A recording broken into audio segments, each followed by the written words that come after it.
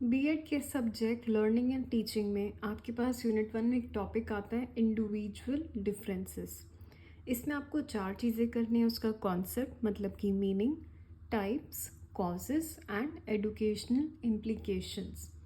बिना time waste करे सबसे पहले हम कॉन्सेप्ट पे पहुंचते हैं। सिंपल, नाम से पता चल रहा है इंडिविजुअल डिफरेंसेस मतलब कि जब भी एक इंसान एक दूसरे इंसान से अलग ही होता है, उस कॉन्सेप्ट को जब हम एक्सप्लेन करते हैं हम डेफिनेशन बोल रहे हैं।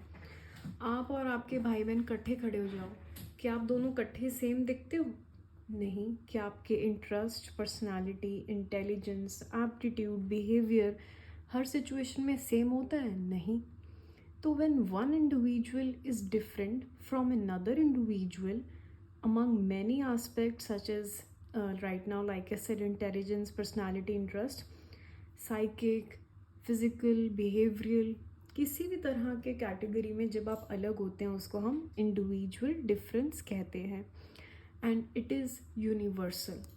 यूनिवर्सल मतलब कि बहुत कॉमन है ये। हर इंडिविजुअल एक दूसरे इंडिविजुअल से अलग ही होता है, कोई भी सेम नहीं होता है। हर एक में डिसिमिलैरिटी बिटवीन पर्सन्स आती ही आती है। और इंडिविजुअल डिफरेंसेस जो होते हैं ये मोस्टली पर्सनालिटी डेवलपमेंट जब हम पढ़ते हैं उसमें ज़्यादा पढ़ाया जाता है। अब अगर हम एक पॉइंट और इसमें और ऐड करना चाहें कि किस आस्पेक्ट में इंडिविजुअल डिफरेंसेस की मेनली नेचर में बात हो रही है, दैट इज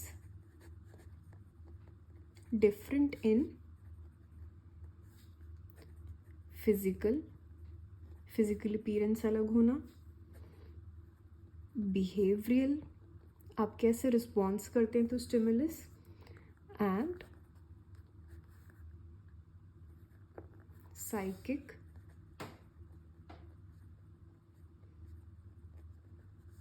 कैरेक्टरिस्टिक्स।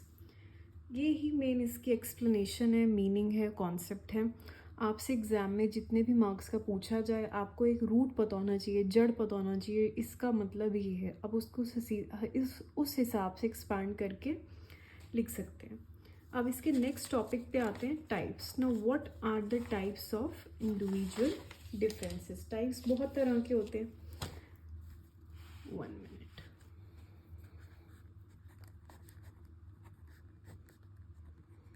टाइप्स, सबसे पहला हम टाइप्स में ले सकते हैं डिफरेंस इन इंटरेस्ट।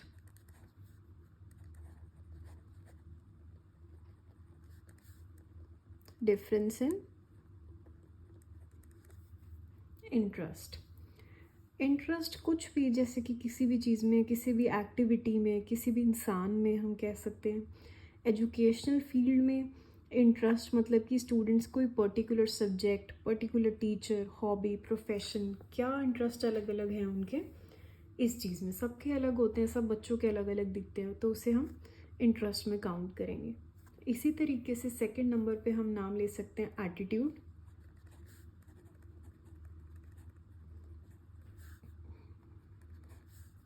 थर्ड पे वैल्यूज़।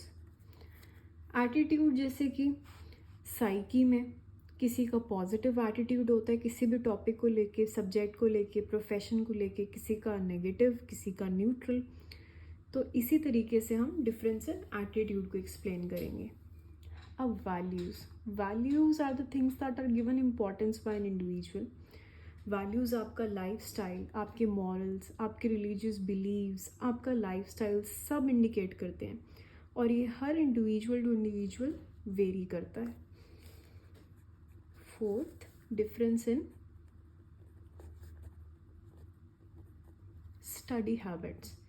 स्टडी हैबिट सबके आपने ऑब्जर्व करा होगा, मोस्टली अलग ही होती है। कोई बच्चा बहुत स्टूडियस होता है, कोई बहुत इंटरेस्ट से पढ़ रहा होता है, और सब बिल्कुल, कुछ होते हैं बिल्कुल ही आइसोलेशन में पढ़ना चाहते हैं, कुछ होते हैं ग्रुप में पढ़ना चाहते हैं, राइट। इस तरीके से difference in study values. Next point is difference in psychomotor skills. Psychomotor skills आपके स्किल एक्विजिशन पर रिलेटेड होते हैं। इसमें भी जैसे कुछ स्टूडेंट्स को फुटबॉल पसंद है, कुछ को क्रिकेट पसंद है, कुछ बच्चे मशीन से सीखते हैं, कुछ बच्चे नहीं सीखते हैं, तो एक टीचर को ये सब जज करके अपने बच्चे के अनुसार पढ़ाना चाहिए। Next is difference in self concept. अब सेल्फ कॉन्सेप्ट क्या है? ये टोटलिटी है, attitude, judgement, values, behaviour, reaction, qualities, abilities, सब कुछ इकट्ठा, इंटीग्रेटेड। सेल्फ कॉन्सेप्ट किसी का पॉजिटिव है, किसी का बहुत ही कॉन्फिडेंट लेवल बहुत अच्छा होता है, किसी का नहीं होता है, किसी के लिए कुछ नेगेटिव चीज़ें ज़्यादा हैं। मतलब आपका इंटीग्रेटेड सेल्फ पार्ट कैसा है, उसका डिफरेंस को हम कहते हैं differences in self concept. Okay, अब तक हमने पढ़ा इसका कॉन्सेप्ट।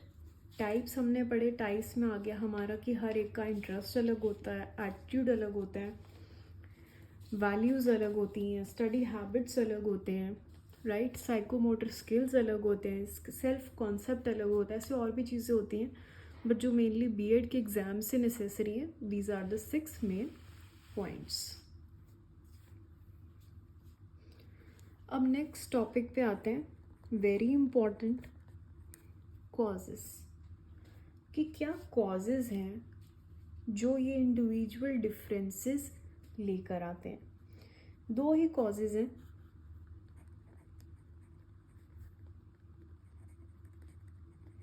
एक है हेरिडिटरी, राइट, दूसरा आ गया आपका एनवायरनमेंट।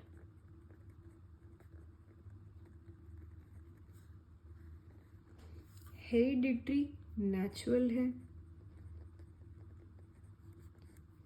ओके, एनवायरनमेंट नर्चर है या फिर एक्वायर्ड है या फिर एक्सपीरियंस्ड है। अब इस चीज़ को ना बहुत ध्यान से समझना।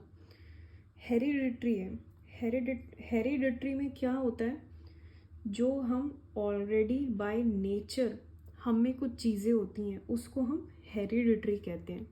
Individuals have various endowments, abilities, capacities provided by hereditary, which decide the path of progress and development. हम कहते नहीं ये चीज़ तो उसके पापा पे गई है, ये चीज़ इसने अपने दादू से ली है।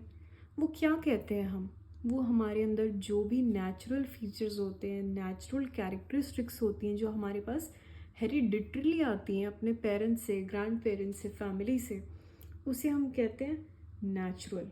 और हेरिडिटरी की वजह से ही हमारा सेक्स डिसाइड होता है, हमारी इंटेलिजेंस और भी बहुत सारी कैपेसिटीज़ हैं जो हमारी नेचुरल फैक्टर हेरिडिटरी पे डिपेंडेंट है। अब दूसरे पे आते हैं एनवायरनमेंट, मतलब कि जिसको हमने कहा है ये तो भाई हम माँ की कोख से ही सीख कर आ रहे हैं, राइट। एनवायरनमेंट क्या है, जब हम रोज़ कुछ ना कुछ एक्सपीरियंस करके सीखते हैं, अपने आसपास के लोगों को देखते हैं, टीचर्स को, पीयर्स को, फैमिली को, वो किस चीज़ में कैसा रिएक्ट कर रहे हैं, क्या आपको वैल्यूज़ सिखा रहे हैं, फैमिली सेटअप आपका क्या है, इकोनॉमिक स्टेटस आपका क्या है, पीयर ग्रुप कैसा है, और वो सब किस सिचुएशन में कैसे रिएक्ट कर रहे हैं, उससे आपको पता चलता है कि आप क्या क्या खुद से लर्न कर रहे हो, एक्वायर कर रहे हो, एक्सपीरियंस कर रहे हो, सीख रहे हो। उसको कहते हैं एनवायरमेंटली हमारे अंदर अलग से इंडिविजुअल डिफरेंसेस आना। अभी बहुत डिबेटेबल बात होती है कि भाई जो नेचुरली हमारे अंदर फीचर्स आए हैं वो ज़्यादा स्ट्रॉन्ग हैं या फिर जो हमें सिखाया जाता है बचपन से लेकर मरने तक हम वो ज़्यादा अच्छे से सीखते हैं। पर मेरे सजेशन ये है कि दोनों ही बहुत ही स्ट्रॉन्ग कंटेंडर्स हैं। इन दोनों में ये बोलना कि हेरिडिटरी वाले ज़्यादा चलते हैं वो गलत होगा। दोनों का ही अपना अपना रोल है, किसी पे कोई हावी, किसी पे कोई। अब हमें कुछ ना कुछ अपने पेरेंट्स से सिमिलैरिटीज़ होती हैं फिज़िकल एट्रीब्यूट्स में, जैसे कि height, colour of eyes, nose की शेप, है ना, कुछ दिमागी चीज़ें, बहुत तेज़ दिमाग लगाना या फिर बहुत ही मम्मा की तरह इमोशनल होना, इस तरह की चीज़ें हमने अपने पेरेंट्स से ली, जिसको हम कहेंगे नेचुरल। ये तो हमारी हेरिडिटरी में आ गया। पर जो इन्वायरमेंट है, जो जिसमें हम आगे बढ़ रहे हैं, वो बहुत इम्पॉर्टेंट है। जैसे कि हम किस तरह के एटमॉस्फेयर में, अभी मैंने आपको बताया, रह रहे हैं। लिबरल है, स्ट्रिक्ट है, हमें किस तरह के स्कूल में एजुकेशन दी जा रही है, क्या एजुकेशन दी जा रही है, हम कौन सी बुक्स पढ़ रहे हैं, हमारी कल्चर प्रैक्टिसेस हमें क्या सिखाते हैं, हम किस तरह का मीडिया देख रहे हैं, बहुत सारी चीज़ें, रादर एवरीथिंग अराउंड यू, वो आपको क्या सिखा रही है, वो आप में क्या बदलाव ला रही है, वो आपको क्या वैल्यू सिखा रही है, या आपको क्या बुरी चीज़ें सिखा रही है। तो ये दोनों कारण बनते हैं आपके इस तरीके से डिफरेंसेस लाने के, hereditary, natural, environment, nurture, acquired, experience, learned. इस पर मैं इतना फोकस इसलिए कर रही हूँ बिकॉज 2022 में क्वेश्चन आया हुआ है कि बताइए हेरिडिटरी और एनवायरनमेंट किस तरीके से इंडिविजुअल डिफरेंसेस को इम्पैक्ट करती है।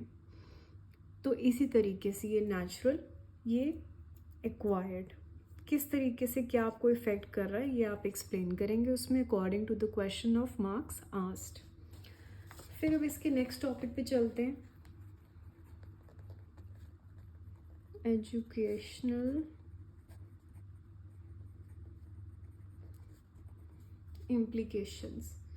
सबसे पहले एजुकेशनल इम्प्लीकेशंस मतलब कि भैया आफ्टर इफ़ेक्ट, इस कारण से हम पर क्या असर आ रहा है, या इस कारण से हमें क्या करना चाहिए। तो इंडिविजुअल डिफरेंसेस की वजह से हमें एजुकेशन सेक्टर में क्या करना चाहिए, या फिर क्या इफ़ेक्ट आ रहा है। अब देखो, एक क्लास में हर तरह के बच्चे होते हैं, कुछ बहुत ही इंटेलिजेंट होते हैं, बहुत ही सुपीरियर होते हैं, मतलब जिनकी प्रेजेंस ही बहुत सुपीरियर दिखती है, बहुत ज़्यादा बोलते हैं, एक्टिव हैं, बहुत हेल्पफुल हैं। और कुछ बच्चे होते हैं जो थोड़ा सा नहीं होते हैं ऐसे। तो क्या होगा, एक ही क्लास में कुछ बच्चे थोड़ा सा डल लगेंगे, इस तरह के इफ़ेक्ट्स आते हैं। तो जो टीचर हैं उनको क्या करना चाहिए, हर एक की ability, capacity, interest, attitude, aptitude या बाकी पर्सनालिटी ट्रेट्स अपने उन बच्चों के नॉलेज के हिसाब से उनको अलग अलग जांचने चाहिए कि किसकी क्या पोटेंशियल है, कोई किस तरीके से क्या पढ़ सकता है। ये बहुत ही गलत होगा अगर हम सब बच्चों से एक ही यूनिफॉर्मिटी एक्सपेक्ट करेंगे कि वो एक ही तरीके से पढ़ें। इस तरीके से बच्चों का नुकसान होगा, कुछ ना कुछ स्टूडेंट्स पीछे रह जाएंगे। तो इस तरीके से नहीं होना चाहिए। स्टूडेंट्स को ऐसा बेनिफिट मिलना चाहिए जिससे कि अपने अपने कैपेसिटी के हिसाब से बच्चे ग्रास्प कर सकें। जैसे कि इंडिविजुअल मेथड ऑफ इंस्ट्रक्शन होना चाहिए एक बच्चे के लिए। टीचर ने क्लास में जज कर लिया ये बच्चा स्टूडियस है, ये बच्चा नहीं है, इसमें ज़्यादा दिमाग है, इसमें ज़्यादा दिमाग नहीं है, उनको उस तरीके से बच्चे को टैकल करना चाहिए। हर बच्चों में बहुत ही पेक्यूलर डिफरेंसेस हो सकते हैं, तो उसको अटेंशन पे करनी चाहिए। जैसे कि हर बच्चे का इंटरेस्ट अलग होता है, एबिलिटीज़ अलग होती हैं, हर एक को अलग अलग सब्जेक्ट्स में इंटरेस्ट अलग ही दिखता है। तो इसलिए एक vast variety of subject school को प्रोवाइड करना चाहिए, जिससे कि बच्चे के पास एक वाइडर सेक्शन ऑफ ऑप्शंस हो कि मैं किस एक्स्ट्रा ऑप्शनल सब्जेक्ट को पढूं। मेरा तो इस लैंग्वेज में इंटरेस्ट है, तो अगर लैंग्वेज की कैटेगरी लूँ तो एटलीस्ट 5 लैंग्वेजेस को ऑप्शन दो कि बच्चा अपना सोर्स ऑफ इंटरेस्ट उसमें ले सके। इसी तरीके के हम ऐसे शुड बी डन वाली चीज़ें बताएंगे कि टीचर जज करे, बच्चे को ये प्रोवाइड हो, बच्चे को चेक करा जाए, इंडिविजुअलाइज करिकुलम प्रोवाइड करा जाए, method of teaching evaluation techniques बढ़िया करी जाएं, टीचर एक्स्ट्रा अटेंशन पे करे, इंडिविजुअल्स की जो एबिलिटीज़ अलग हैं उसको टीचर हर वक्त नज़र में रखे, उसके लिए स्पेशल अरेंजमेंट्स करे, वोकेशनल गाइडेंस दे। इस तरीके से आपके एजुकेशनल इम्प्लीकेशंस आ जाएंगे। ये चीज़ रट्टा मारने की बजाय अगर आप लोग अपने माइंड से भी पेपर में लिखेंगे तो लिखा जाएगा। कंसेप्ट में हमने क्या पढ़ा भाई, जैसे कि लोग अलग अलग होते हैं, फिजिकल, बिहेवियरल, साइकिक, उसको कहते हैं इंडिविजुअल डिफरेंस। ये बहुत यूनिवर्सल है। इसके तरह तरह के टाइप्स हैं, इंटरेस्ट अलग होना, एक्सक्यूज मी, एटीट्यूड अलग होना, वैल्यूज़ अलग होना, स्टडी हैबिट्स अलग होना। इस टॉपिक में भी अगर दिक्कत आए ना, इस चीज़ को अपने ऊपर रिलेट करके देखना। अपने और अपने 4 फ्रेंड्स के ऊपर, आपको हमेशा एक डिफरेंस दिखेगा ही दिखेगा। वो ऐसे बोलती है, वो ऐसे बोलता है, वो भगवान के प्रति इतना जुड़ा हुआ है, वो नहीं जुड़ा हुआ, वो बहुत ही ज़्यादा पढ़ता है, वो कम पढ़ता है, वो पेरेंट्स के लिए बहुत अच्छे रिस्पेक्टफुल तरीके से रहता है, वो नहीं रहता है, उसकी फ़िज़िकल एक्टिविटी भाग दौड़ में वो थकता नहीं है, दूसरा बहुत थक जाता है। जब आप इस तरीके से खुद ही अपने ग्रुप में डिफरेंसेस देखोगे ना, बहुत अच्छे से इस कॉन्सेप्ट को समझ पाओगे। ठीक है। Study habit, psychomotor skills, self concept और आपका फिजिकल अपीयरेंस, ये सब आप टाइप्स में डाल सकते हैं।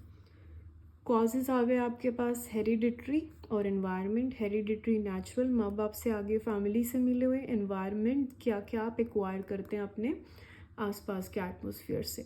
एजुकेशनल इम्प्लीकेशंस, क्या करना चाहिए, कैसे स्टूडेंट्स का ध्यान रखना चाहिए, कैसे उनके लिए कैटेगराइजेशन, स्टडी ऑप्शंस अरेंजमेंट्स करना चाहिए।